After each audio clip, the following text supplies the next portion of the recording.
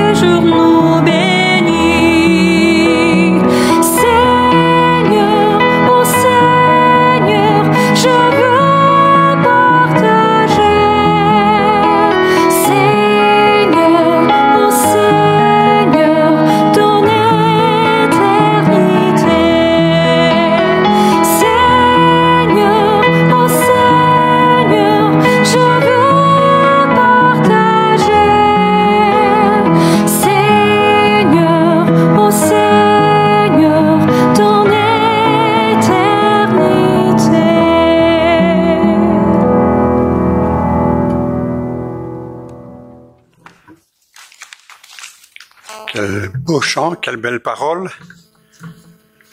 Faire confiance en l'Éternel, se tourner vers lui, être à son écoute. J'aimerais partager avec vous ces quelques versets dans le livre de l'Exode, au chapitre 4. C'est au moment où Moïse vient d'apercevoir ce buisson ardent qui brûle, là, il s'approche Hein, il s'approche et il réalise que c'est un lieu saint. Le Seigneur lui demande d'ôter ses chaussures car c'est un lieu saint. Et puis voilà, il y a un dialogue qui s'établit entre Moïse et l'Éternel. L'Éternel qui annonce à Moïse qu'il a entendu, qu'il a vu et qu'il vient.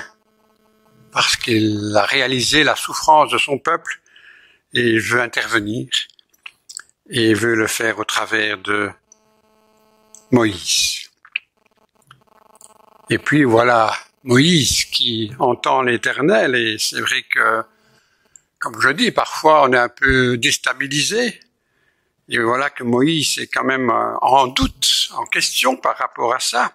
Et il répond au Seigneur, « Voici, ils ne me croiront point, ils n'écouteront point ma voix, mais ils diront, l'Éternel ne t'est point apparu. » L'Éternel lui dit, « Qu'y a-t-il dans ta main ?» Il répondit, « Une verge. » L'Éternel dit, « Jette-la par terre. » Il la jeta par terre, et elle devint un serpent. Moïse fuyait devant lui. L'Éternel dit à Moïse, « Étends ta main et saisis-le par la queue. » Il étendit la main et le saisit, et le serpent redevint une verge dans la main. « C'est là, dit l'Éternel, ce que tu feras afin qu'ils croient que l'Éternel, le Dieu de leur père, t'est apparu, le Dieu d'Abraham, le Dieu d'Isaac et le Dieu de Jacob. » L'Éternel lui dit encore, « Mets ta main dans ton sein. » Il mit sa main dans son sein, puis il la retira, et voici, sa main était couverte de lèpre blanche, blanche comme la neige. L'Éternel dit, « Remets ta main dans ton sein. » Il remit sa main dans son sein, puis il la retira de son sein, et voici, elle était redevenue saine, comme sa chair. « S'ils ne croient pas, dit l'Éternel, et n'écoutent pas la voix du premier signe, ils croiront à la voix du dernier signe. S'ils ne croient pas même ces deux signes et n'écoutent pas ta voix, tu prendras de l'eau du fleuve, tu la répandras sur la terre, et l'eau que tu auras prise du fleuve deviendra du sang sur la terre. » Que Dieu bénisse sa parole. Voilà Moïse qui est là devant un défi. Et voilà, il a des appréhensions. Quelque part, il est prêt à obéir, mais il a des doutes de la façon dont il va être cru, dont il va être reçu. Et puis voilà, le Seigneur, non seulement va lui donner un signe au travers de son bâton, mais il va lui donner encore deux autres signes, un au travers de sa main qui sera remplie de lèpre, et puis au travers d'un peu d'eau qui va verser et qui sera transformée en sang. On a peut-être cette impression, peut-être que l'Éternel lui-même se dit, mais est-ce qu'ils vont vraiment croire à Moïse au premier signe? Est-ce que je ne dois pas donner à Moïse l'occasion de faire d'autres signes pour confirmer notre relation et que c'est moi qui l'envoie?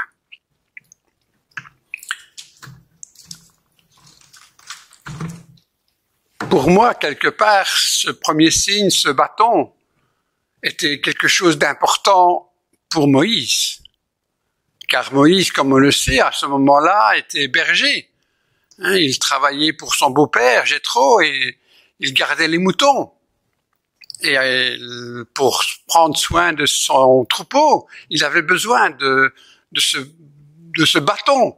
Non seulement ça lui permettait de rattraper les brebis, les agneaux qui s'étaient un peu écarés, qui étaient peut-être tombés dans un trou ou dans un ravin, mais aussi un bâton pour se défendre face aux prédateurs qui étaient vraiment là aussi prêts à dévorer un animal ou l'autre. Et donc, je me dis qu'un peu que pour Moïse, lorsque Dieu lui demande de lâcher ce bâton, quelque part, c'est abandonne, laisse-toi faire et confiance. Et c'est vrai que j'ai un peu réfléchi à cela et je me suis rappelé à une année, on était en camping et puis dans le cadre du camping, il y avait quelques jeunes qui étaient là, et notamment ils étaient 2 ou 3 jeunes, je crois qu'ils étaient 3, qui avaient tout un matériel pour faire de l'escalade et d'autres choses, et puis on a joué ensemble une fois à la pétanque et on a fait connaissance. Et puis j'ai appris que c'était des pompiers qui, voilà, prenaient un temps de vacances, mais qu'en même temps ils profitaient aussi pour s'exercer dans les environs, de faire des descentes, de faire du rappel et tout ça. Et j'étais là avec mes enfants et ils ont dit, mais si vous voulez, vous pouvez venir une fois avec nous, ici un peu plus loin, il y a une possibilité, si vous voulez qu'on vous visite ici, à cela. Évidemment, vous imaginez mes garçons prêts à se lancer, mais aussi moi qui dis, oui, pourquoi pas. Et puis voilà, on arrive au bord d'un précipice, je vais dire, hein, et là, ils nous mettent les harnais nécessaires, ils nous raccordent, et puis voilà, ils nous invitent à commencer à descendre. Et le moment d'hésitation est là. C'est vrai que je dois vous avouer que voilà, j'ai fait le premier pas, hein, j'ai descendu les premiers pas, et puis à un moment, il fallait que je lâche prise. Et là, voyant ma situation, tout ça, ben, je dois vous avouer que non. Même si j'avais confiance en ces hommes, parce qu'après mes enfants l'ont fait et ça s'est bien passé, mais moi je vais dire personnellement, j'ai pas osé, Donc ils ont dit non, il faut pas vous forcer non plus. Hein, et puis ça m'a fait rappeler aussi, une autre fois, c'était lors d'un camp, on était en train de faire de l'acrobranche, hein, et dans le cadre du parcours d'acrobranche, tout d'un coup, on se retrouve aussi devant un précipice, je vais dire, et puis là, on est appelé à prendre la descente, hein, s'accrocher à 2 bâtons pour faire une descente, et je dois vous avouer que voilà.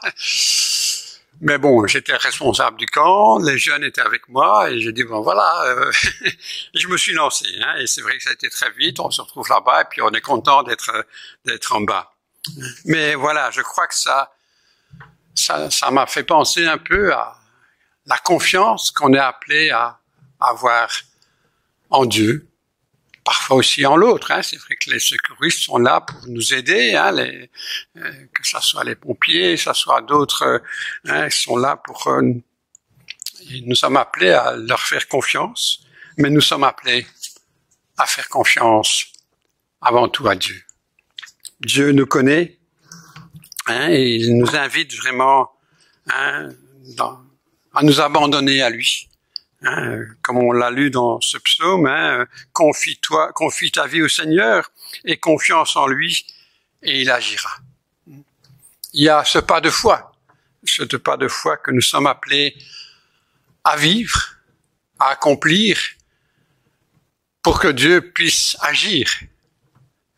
On revient à Moïse. Hein. Moïse était là et même s'il avait des doutes, des questions, puis il dira qu'il ne savait pas parler, hein, jusqu'au moment où Dieu va quand même à un moment lui dire stop, t'arrêtes, hein, je mettrai Aaron avec toi pour qu'il puisse parler en ton nom, au travers, je te donnerai mes paroles et c'est lui qui les prononcera. Hein. Et donc, voilà Moïse qui va se mettre en route. Et on connaît tous ce récit, hein, de Moïse, cette histoire interpellante de la délivrance du peuple d'Israël, hein, de tout ce peuple au travers des différents fléaux pour essayer de faire accepter Pharaon, hein, de libérer ce peuple, hein, qu'ils font souffrir, qu'ils ont mis en esclavage. Et on sait que ça sera pas facile, mais l'obéissance de Moïse, la confiance de Moïse fera agir la main de Dieu. Et je crois que pour nous, c'est quelque chose d'important de méditer cela, de réfléchir. Lorsque Dieu nous demande un pas, oser. oser faire ce pas, oser répondre oui, mais oser faire la première action, le premier pas de foi. Et je crois que souvent, c'est à ça que nous sommes appelés les uns les autres. C'est Dieu nous appelle, nous confie quelque chose, et puis voilà, il attend de notre part une contribution, que l'on participe. Il veut pas simplement nous prendre comme des pantins et tout faire à notre place. Non, il a vraiment à cœur d'être collaborateur avec nous. Et donc, il nous invite à faire ce premier pas. Et on sait, si on lit les récits bibliques, mais si on lit aussi le témoignage des uns des autres, ou au travers des livres, des récits, on voit combien de fois l'homme, la femme, l'enfant a dû à un moment dire, voilà, non seulement j'ai confiance, mais je commence. Je fais le premier pas. Et c'est à ce moment-là que Dieu va nous étonner, que Dieu va agir. Et c'est vrai que on le voit au travers de la vie de tous les jours, on peut le réaliser. C'est vrai qu'il y a des fois, on a réalisé, lorsqu'on faisait notre action sociale, on prévoyait 1%, 120 personnes, et puis on est arrivé parfois à en avoir 150, 170. Et là, on s'était mis en route. Et à notre grand étonnement, Dieu pourvoyait, Dieu nous permettait, avait prévu qu'il y ait une réserve qu'on a pu faire en dernière minute. Mais voilà, Dieu prévoit bien mieux que nous. Dieu sait bien mieux que nous. Mais il nous demande ce pas. Il nous demande de lâcher ce bâton, de lâcher prise. Et c'est vrai que c'est pas facile. C'est pas du tout facile, mais c'est là que Dieu veut nous entraîner, c'est là aussi que Dieu va pouvoir agir. C'est là que Dieu va se révéler pleinement. Et c'est aujourd'hui, peut-être à l'un de nous, à l'autre, Dieu nous demande de faire ce pas. Dieu nous invite à oser, à dire oui. Je ne sais pas dans quoi je vais me lancer, mais j'ai confiance en celui qui est avec moi. J'ai confiance et je peux avoir confiance en Dieu parce que, voilà, son amour est là et on a les récits, on a la preuve aussi de son amour au travers de ce don de Jésus. Voilà, Jésus avait confiance au Père. Lorsqu'il a dit « non pas ma volonté mais la tienne », on voit l'abandon de Jésus et Jésus savait le prix de son abandon. Mais il avait cette confiance dans le Père. En tout cas, Abraham a eu aussi cette confiance en Dieu lorsqu'il a demandé d'aller avec Isaac. Ou lorsqu'Isaac lui dit « mais on a le feu, on a le couteau », mais où est l'Holocauste? Il a ces paroles de foi d'Abraham. Dieu pourvoira. Et on sait que Dieu avait prévu un bélier là pour ce sacrifice. Mais quel pas de foi, quel exemple d'Abraham, quel exemple de Jésus. Et on pourrait bien citer d'autres exemples. Ces hommes, ces femmes qui ont accueilli les autres et qui ont eu ce dont ils avaient besoin. Alors nous, aujourd'hui, est-ce qu'on peut faire confiance en se disant Dieu agira? Et quelle joie de réaliser au moment où Dieu agit, où Dieu se révèle pleinement.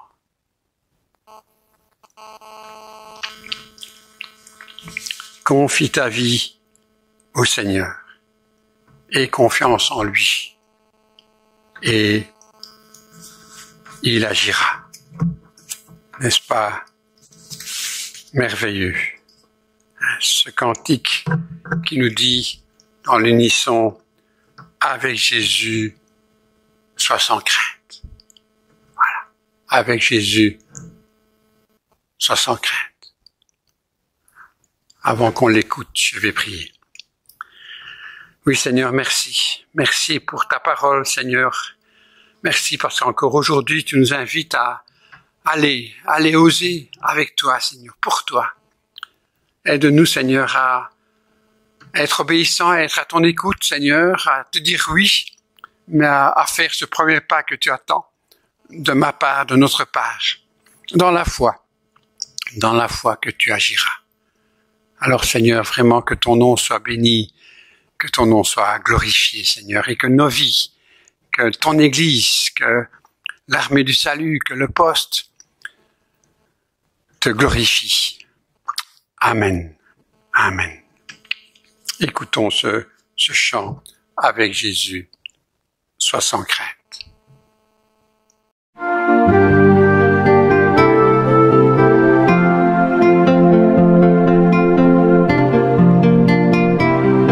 Avec Jésus, sois sans crainte, confiant, réponds à sa voix. Entrant de la Sion, avec lui la descente, on vient au pied de la croix. Il t'accompagne, qu'il soit présent dans ton cœur. Il t'accompagne, qu'enfin Jésus soit ton sauveur.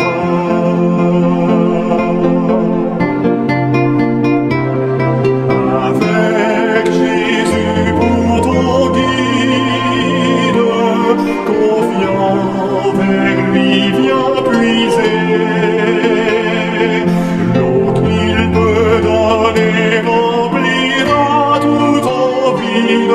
On vient pour être apaisé. Qu'il t'accompagne, qu'il soit présent dans ton cœur. Qu'il t'accompagne, qu'enfin Jésus soit ton sauveur.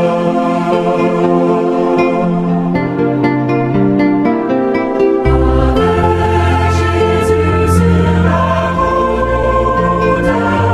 confiant dans la vie, il vient t'éclairer, enlever tous tes doutes, on vient à lui sans tarder. Qu'il t'accompagne,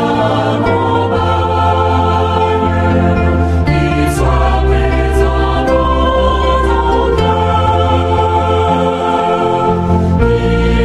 Qu'il t'accompagne,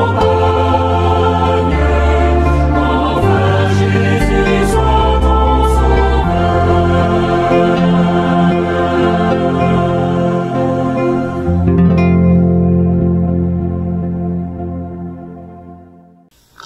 Voilà, je vous invite à la bénédiction. Seigneur, merci. Merci, Seigneur, d'être là. Merci pour ton amour, pour cet amour manifesté en Jésus-Christ. Merci pour l'Esprit Saint, Seigneur, que tu nous as envoyé, Seigneur, qui est là avec nous aujourd'hui, Seigneur, et nous te sommes reconnaissants parce que c'est vrai, nous pouvons avoir pleinement confiance en toi. Tu es le même hier, aujourd'hui et éternellement. Seigneur, qu'il est bon de savoir que tu es notre appui, notre rocher. Alors que nous puissions vivre cette semaine, Seigneur, en ta présence, en communion avec toi, Seigneur, que nous puissions être à ton écoute et agir au moment où tu nous invites à le faire, Seigneur, à oser pour toi. Seigneur, vraiment, que ta grâce, que ta paix, que ta joie, que ton amour, que ton espérance reste et demeure avec chacun. Allez en paix. Je vous bénis au nom de Jésus. Amen. Amen et un bon dimanche.